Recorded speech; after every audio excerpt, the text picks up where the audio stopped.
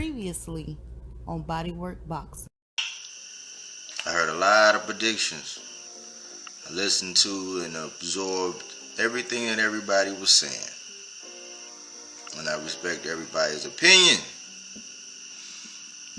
What I believe is going to happen tonight is that at some point, I don't know at which round it is, but I believe that Errol Spence is either going to stop Ugas or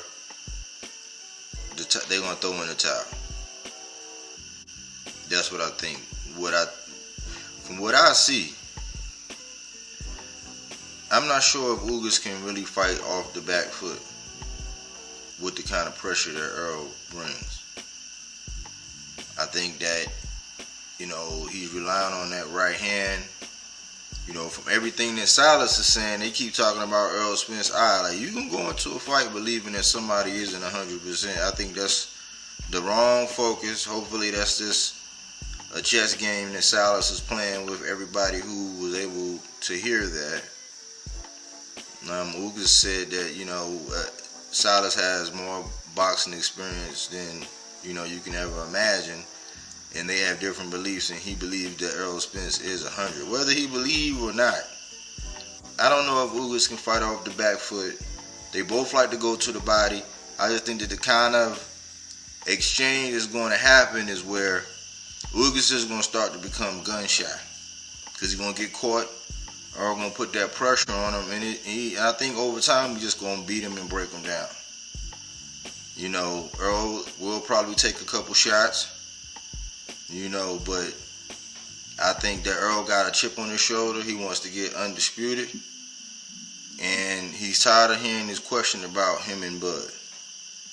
And by the way, I haven't seen Bud. If anybody's seen Bud,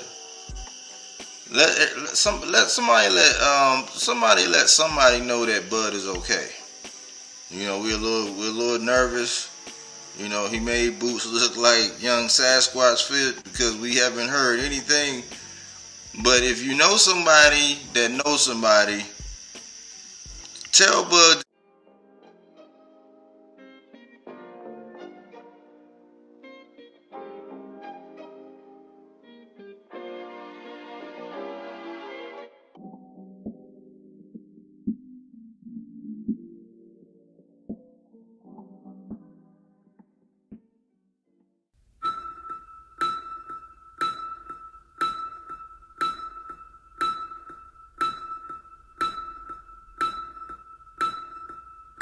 When I was a casual, I thought as a casual, I spoke like a casual, and I looked at boxing like a casual.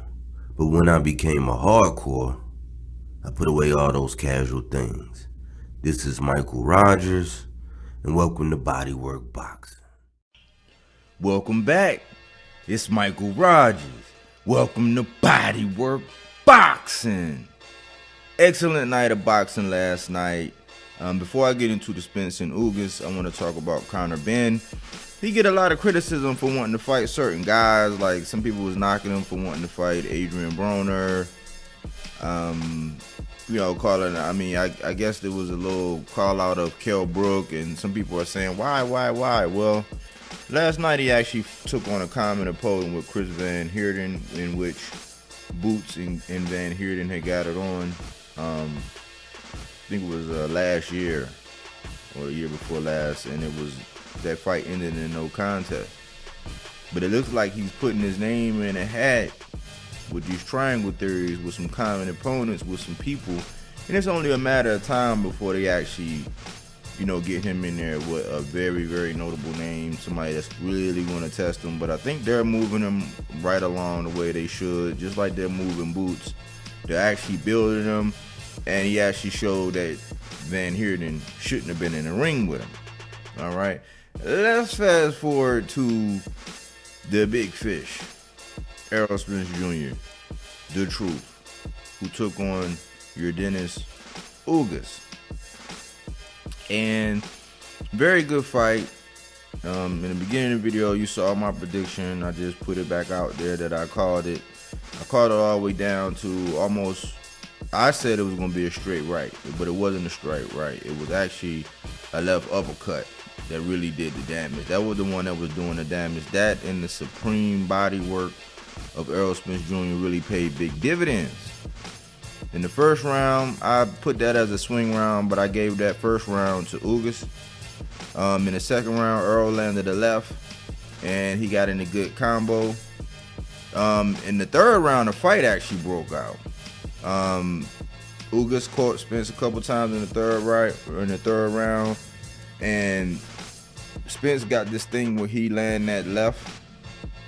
He land that straight left, that 2, and then he dips off to the same side, to the left side, and he's like a perfect. That's one of his favorite shots. He does that a lot. He's very tricky at that shot, and it's very hard to stop because once he hits you, he duck up under you and pivot around, and if you don't pivot with him, he can hit you straight away with that right hand unguarded. So Errol got that off.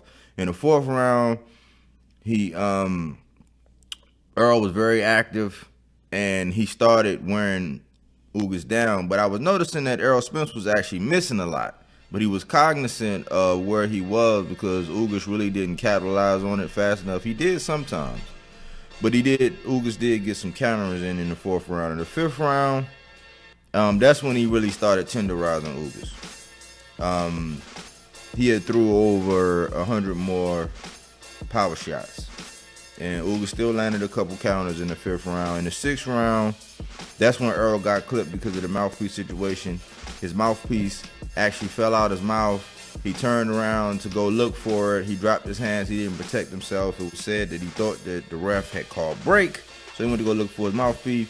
Ugas teed off on him, had him land up against the ropes, and he caught Spence off guard.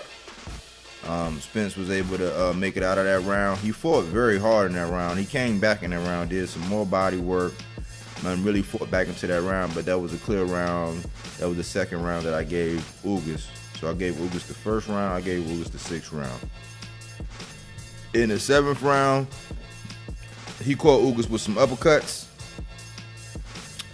He turned up and he really started employing his body shots. I mean, ripping left shots like right there at the belt line, right there at the waistline, just impeccable placement. He's a master at actually beating that body, and it immobilized Ugas. Ugas didn't know whether he wanted to actually attack. He really couldn't move because when you put water in the basement, like Teddy Atlas said, it makes your legs real heavy. It makes it hard for you to move, and it keeps your elbows kind of locked into your sides, trying to protect that bread basket. You know, so Errol had actually having his way that way. In the eighth, he did more body work. He did a lot of uppercuts. The ref stopped it and had Ugas' eye checked. It actually could have been stopped at that point, but they allowed him to go on because he could actually see out the eye. In the ninth round, Errol Spence just started teeing off on Ugas. And Ugas' eye was badly bruised. And in the 10th round, he did a lot of body work. He did that right hook, and you know, the referee stepped in, had his eye looked at, and because of medical purposes and the man could not see out of his eye, they called it off.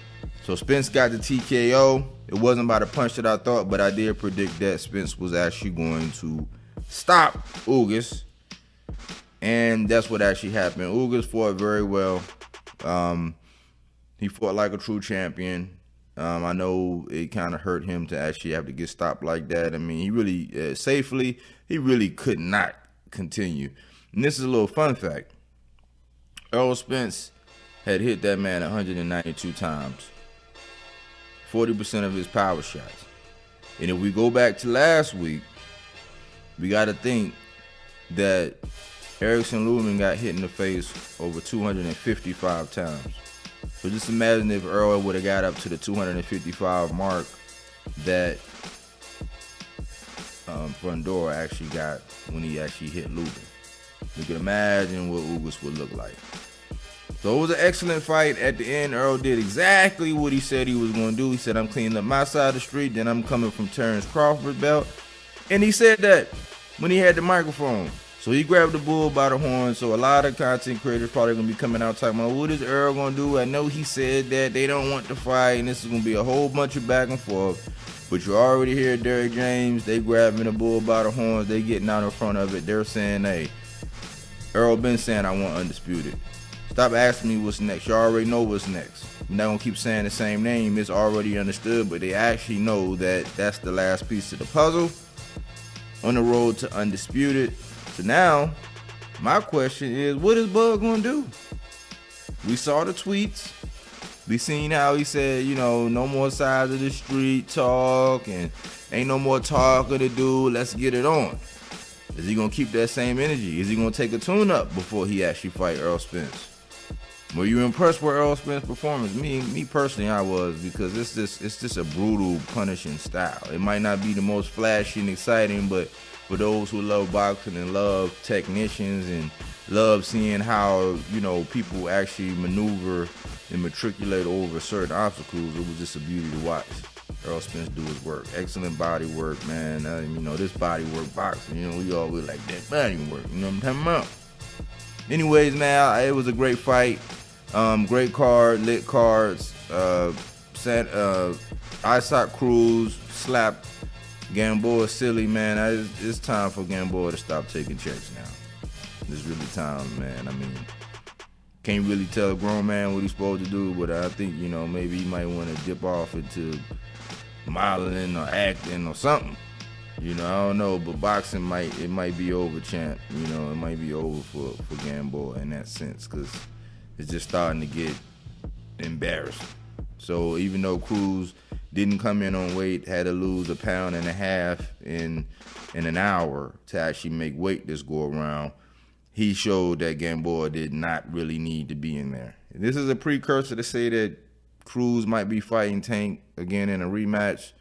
Personally, it's not a fight that I really want to see. I want to see Tank with some other names, but according to some people, it's business, and, you know, because of the fight was quote unquote close the first time, then they want to see that. I don't really want to see it, but that's the word on the streets. Anyways, excellent night of boxing. You know, thanks for tuning into the channel. Just wanted to give my 2 cents. I'm happy for the man, Coach Derrick James. I'm happy for him. Now he has 2 fighters with 6 belts, and their next 2 fights should be for Undisputed. Something that he could do to put himself in the history books and cement his legacy, which is already pretty much cemented with the work that he's already done. But last night, PBC gave us a treat. Showtime Boxing gave us a treat. Big fish, man down, strap season, body work. All right, I believe you, but my Tommy gun don't. Get down on your knees and tell me you love me. My word, I do what I do. He knows what I'm about to tell him right now. It's Mr. Keep running your mouth. That's what I do. I just feel like I'm the champ, and at the end of the day, I'm just a fighting motherfucker. It doesn't matter. Inside, outside, I can just fight. So I just feel like if it gets down to the wire, we gotta lock it up, I'm out on top. Hey, look, as you can see how I'm looking, I stay solid. I'm always solid. I stay fucked solid up, man. You know what I'm saying? To the fans that know. We do that job outside the ring. I'm a fighter. Like I said before, ain't no safety on the clock, so